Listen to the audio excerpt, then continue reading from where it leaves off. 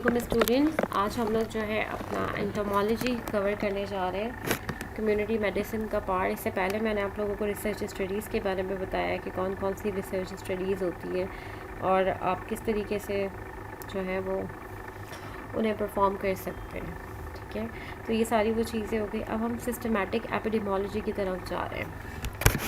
उसके अंदर हम लोगों ने पढ़ना है कि एंटोमोलॉजी क्या होती है। इसका पूरा एक पार्ट है जिसमें आप वेक्टर्स वगैरह के बारे में स्टडी करेंगे, कौन कौन सी डिजीज़ है, किस किस तरह से हो सकती है। तो एंटोमोलॉजी क्या होती है? Study of the arthropods of the medical importance is known as medical entomology. और उसके अंदर हम क्या देख रहे होते हैं, कौन कौन से ऐसे एजेंट्स हैं। अगर मैं आपको बहुत सिंपलीफाई करके बताऊँ तो आपने सिर्फ इतना याद रखते हैं कौन कौन से ऐसे एजेंट्स हैं जो कि डिजीज़ कॉज करवा रहे होते हैं। ठीक है, मेडिकली प्रॉब्लम्स कर रहे होते हैं, कौन कौन से ऐसे आर्थ्रोपोड्स हैं जिसकी वजह से आपको क्या हो जाता है, कोई भी डिजीज़ हो जाती है। तो उस स्टडी को आप मेडिकली क्या कह रहे होते हैं? मेडिकल एंटोमोलॉजी कह रहे होते हैं, जो कि आप कम्युनिटी मेडिसिन के अंदर पढ़ते हैं। आर्थ्रोपोड ऑफ मेडिकल इंपॉर्टेंस कौन कौन से होते हैं? क्लासेस होती हैं, इंसेक्टा आप लोगों ने मैट्रिक में पढ़ा होगा, फाइलम्स वगैरह। तो this is all about that कि फाइलम्स कौन कौन से होते हैं, स्पीशीज़ कौन कौन सी होती हैं। क्लास आर्केंडा, क्रस्टेशिया, मॉस्किटोज़ होते हैं, फ्लाइज होती हैं, कौन सी हो गई, सारी फ्लाइज के नेम्स हैं। हाउस फ्लाइज हो गई हैं, एनोफ्लिज हो गई है, ह्यूमन लाइस हो गई, आपके सरों में जो जुएँ होती हैं, fleas, red fleas, sand fleas, और इसके अलावा टेक्स, माइट्स, ये सारी की सारी जो है क्लासिफिकेशन है आपके आर्थ्रोपोड्स की। बॉडी डिवीजन अगेन वही आपने जो मैट्रिक में पढ़ किया हुआ, body head, thorax and abdomen, 3 divide arthropod को डिवाइड किया गया है, जिसको आप कह रहे होते हैं सेफेलोथोरैक्स एंड एब्डोमेन। और क्रोस्टेशिया में क्या होता है, सिर्फ सेफेलोथोरैक्स और एब्डोमेन होता है। इंसेक्टा के पास क्या होते हैं, 3 पेयर्स होते हैं, आर्केंडा के पास 4 होते हैं, क्रोस्टेशिया के पास 5 होते हैं, एंजिनाई के पास 1 पेयर होता है, आर्केंडा में कोई भी नहीं होता, क्रोस्टेशिया में अगेन 2 होता है। तो दीज आर द क्लासिफिकेशन, जिसको आप क्या कह रहे होते हैं, distinctive characters of arthropods of medical importance. ये आपकी कम्युनिटी मेडिसिन बुक का पेज है, इधर ये सारा लिखा हुआ है कि अगर आर्थ्रोपोड मॉस्किटो है तो कौन कौन सी डिजीज़ हो सकती है। मलेरिया हो सकता है, डेंगू हो सकता है, वेस्ट नील वायरल हेमरेज हो सकता है, फीवर, चिल्स, येलो फीवर हो सकता है। अगर हाउस फ्लाई है आपका सोर्स, बेसिकली आर्थ्रोपोड क्या हो गया, आपका वेक्टर हो गया, सोर्स हो गया जो आपको डिजीज़ करवा रहा है। अब आपका कौन सा सोर्स हाउस फ्लाई, वो कौन कौन सी डिजीज़ करवा सकता है, डायरिया हो गया, डाइजेंट्री, क्लोरेला, गैस्ट्रोएंटराइटिस वगैरह करवा सकता है। सैंड फ्लाई जो होगी वो क्या करवा सकता है, kala azar, oriental sores, sand fly fever, Oroya fever. तो ये सारे जो है हाइजीन के प्रॉब्लम की वजह से, गंदगी की वजह से ये सारी की सारी डिजीज़ हो सकती है। टेस्टी फ्लाई स्लिपिंग सिकनेस करवा सकती है, लूज आपकी क्या करवा रही है, आपकी एपिडेमिक टाइफोस करवा रही है, रिलैप्सिंग फीवर, बार बार बुखार उतरना चढ़ना, रेड फ्ली क्या करवा रही है। तो दिस इज़ द क्लासिफिकेशन जो आपने याद रखनी है, कौन कौन से आर्थ्रोपोड कौन कौन सी डिजीज़ को ट्रांसमिट करवा रहे होते हैं। जैसे कि कॉकरोच क्या करवा रहे होते हैं, enteric pathogen. Transmission of disease या तो डायरेक्ट कॉन्टैक्ट से होता है, या मैकेनिकल कॉन्टैक्ट से होता है, या बायोलॉजिकल ट्रांसमिशन होती है। ठीक है, डायरेक्ट कॉन्टैक्ट कैसे, directly transfer from one man to man through close contact से हो सकता है डायरेक्टली, जिसकी एग्जांपल स्केबीज या पेडिकुलोसिस। ठीक है, human to human body contact से भी क्या हो रहा था, डायरेक्ट कांटेक्ट के थ्रू ये डिजीज़ हो सकती है। मैकेनिकल ट्रांसमिशन क्या हो जाता है, transmission of diarrhoea, dysentery, typhoid, food poisoning वगैरह। आपने कोई खाना खाया और जाके उसने क्या कर दिया, डिजीज़ कॉज कर दी, प्रॉब्लम कॉज कर दी। और बायोलॉजिकल ट्रांसमिशन क्या होती है, और डिजीज़ एजेंट मल्टीपल और अंडरगो सम डेवलपमेंटल चेंजेस अगर हो जाए, विथ और without a multiplication in the arthropod host की वजह से जो मल्टीप्लिकेशन हो जाए तो बायोलॉजिकल ट्रांसमिशन कहलाती है।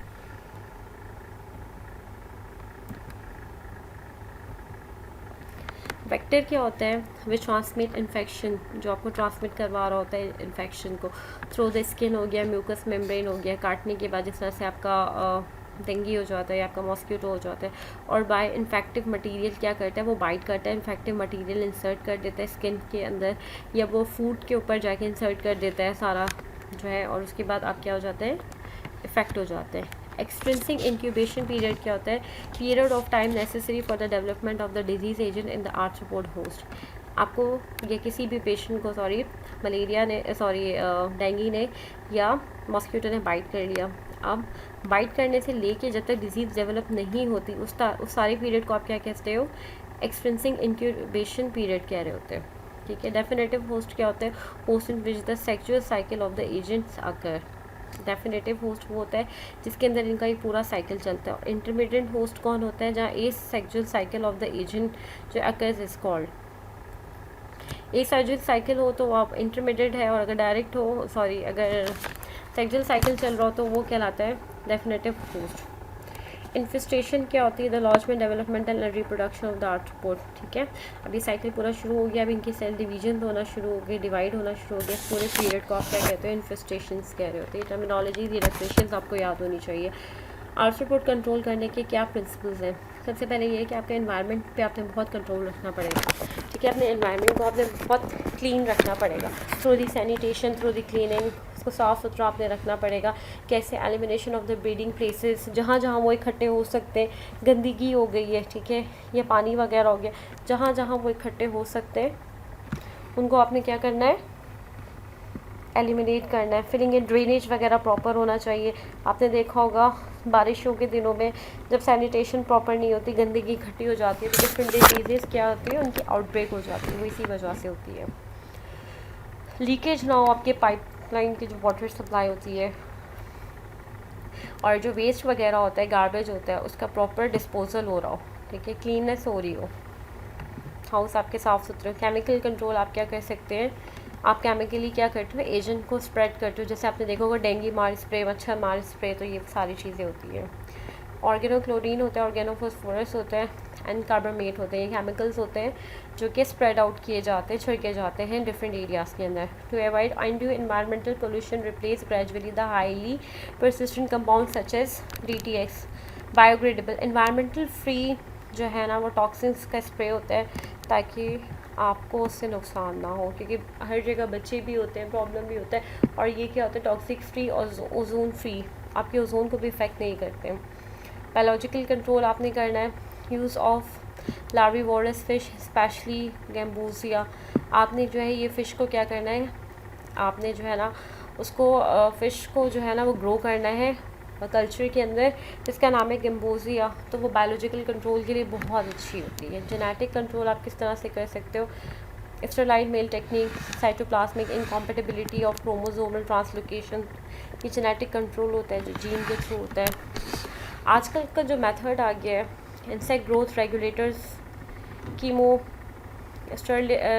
स्टरलाइंस हो गए, और सेक्स एक्ट्रिन और फिनॉर्मेंस, ये सारे के सारे न्यू मेथड्स हैं इनकी कल्टीवेशन को स्टॉप करने के लिए। मॉस्किटोज़ क्या होते हैं? Mosquito in India which are related to the disease transmission are the anopheles.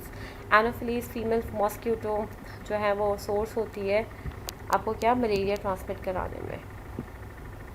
This is the body part of the mosquito. Life cycle 10 to 12 days का होता है, male and female. Anopheles Culex एनोनोसिया Aedes, ये इनकी तस्वीरें हैं। अच्छा, Anopheles females feed primarily on large mammals and a few species feed readily on human. ये फीमेल एनोफिलिस होती है डायरेक्टली जाके जो अटैक करती है। अगर टाइगर मॉस्किटो किसी को अटैक करता है तो येलो फीवर हो जाता है।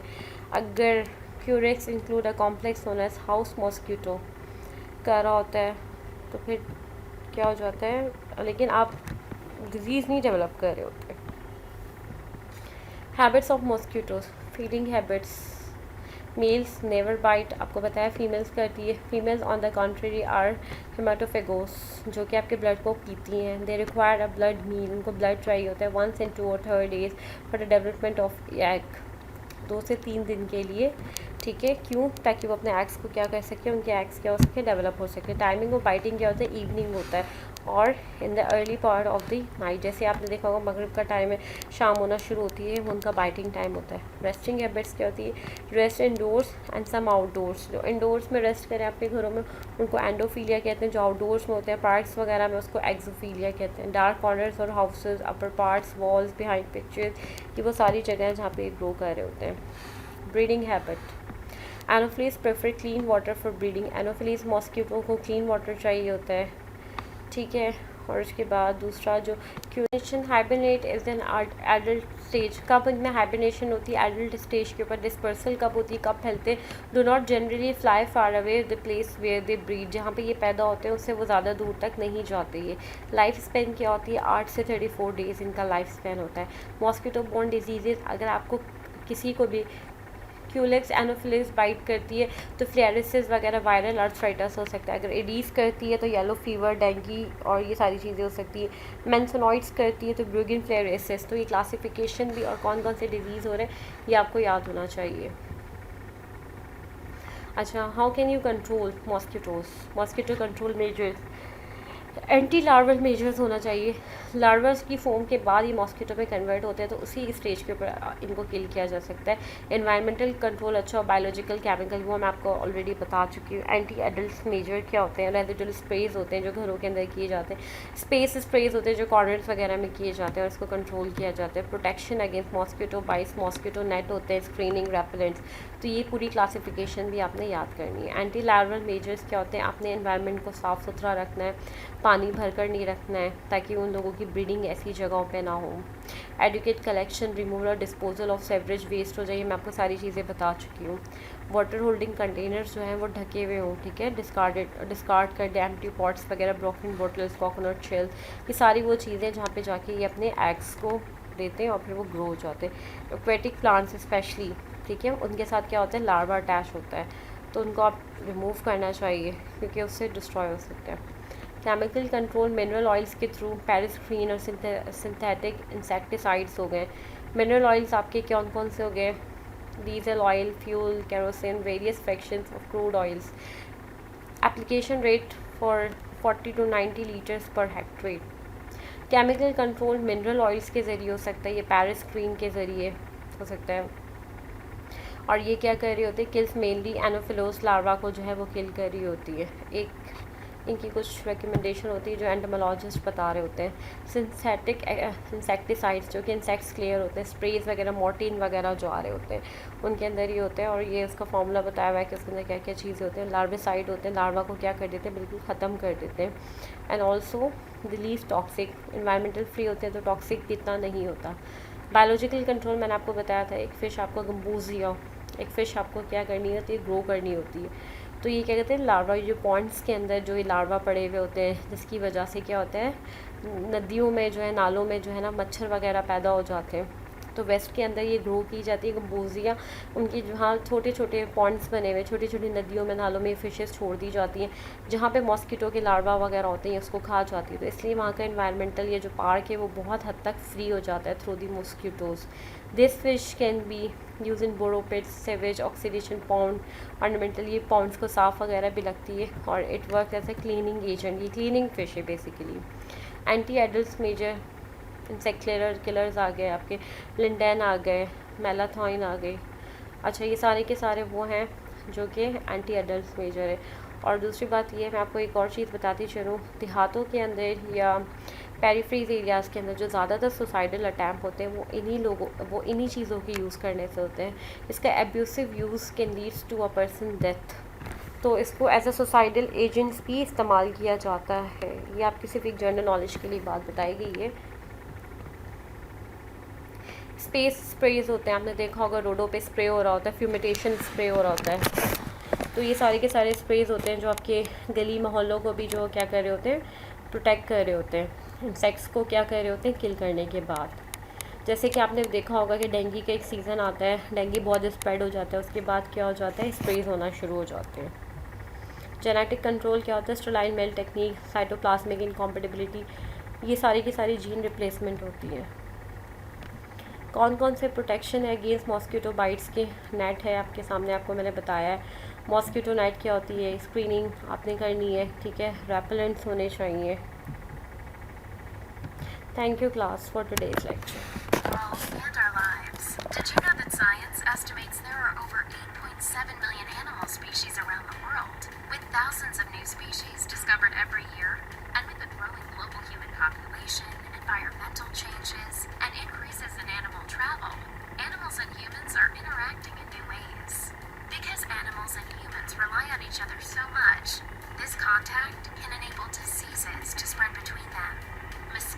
Mosquitoes, fleas, fleas, ticks, ticks, and sandflies are sandflies. parasites to animals and humans. And when these parasites spread microscopic organisms, they are called vectors. Diseases like Lyme disease, West Nile disease, So vector-borne disease कौन कौन सी leishmaniasis, diseases हो and सकती है, ये सारी next can है. infect both animals and humans. When an infectious disease is shared between different species, like humans and animals, science calls this zoonosis. Scientists around the world recognize the importance of companion vector-borne diseases and the role animals have in the spread of these diseases. Science even says that 75% of emerging or re-emerging animal diseases can also affect us. And because the health of humans and animals is closely linked, public health experts are working together to focus on companion animal vector-borne diseases under the One Health banner. Through the concept of One Health, healthcare professionals and policymakers can plan new strategies to protect against the diseases that spread between animals and humans to keep everyone healthy. Scientists at Bayer have one of the world's premier research platforms that provide CVBT is a world innovations for forum. human, जिस चीज़ की भी animal, research and करते plant हैं. health. And at Bayer, we're proud to work with leading experts in companion vector-borne diseases. Learn more and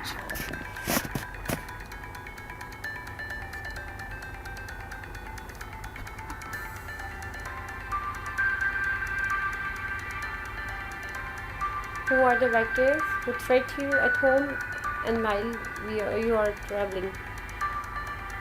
Small organisms होते हैं, आप लोगों को मैं बता चुकी हूँ, that carry a serious diseases, mosquitoes, sandflies and ticks वगैरह, with just one bite. They can transmit disease such as malaria, dengue, leishmaniasis, Lyme disease, yellow fever, Japanese encephalitis, just through the one bite.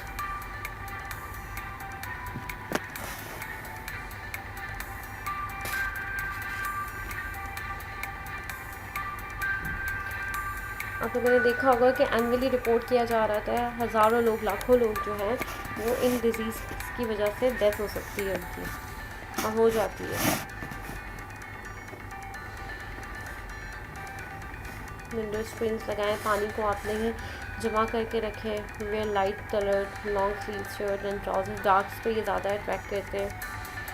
Use insect repellent, mosquitoes, sleep under a सेटाइट्रेटेड bed net आप use करें.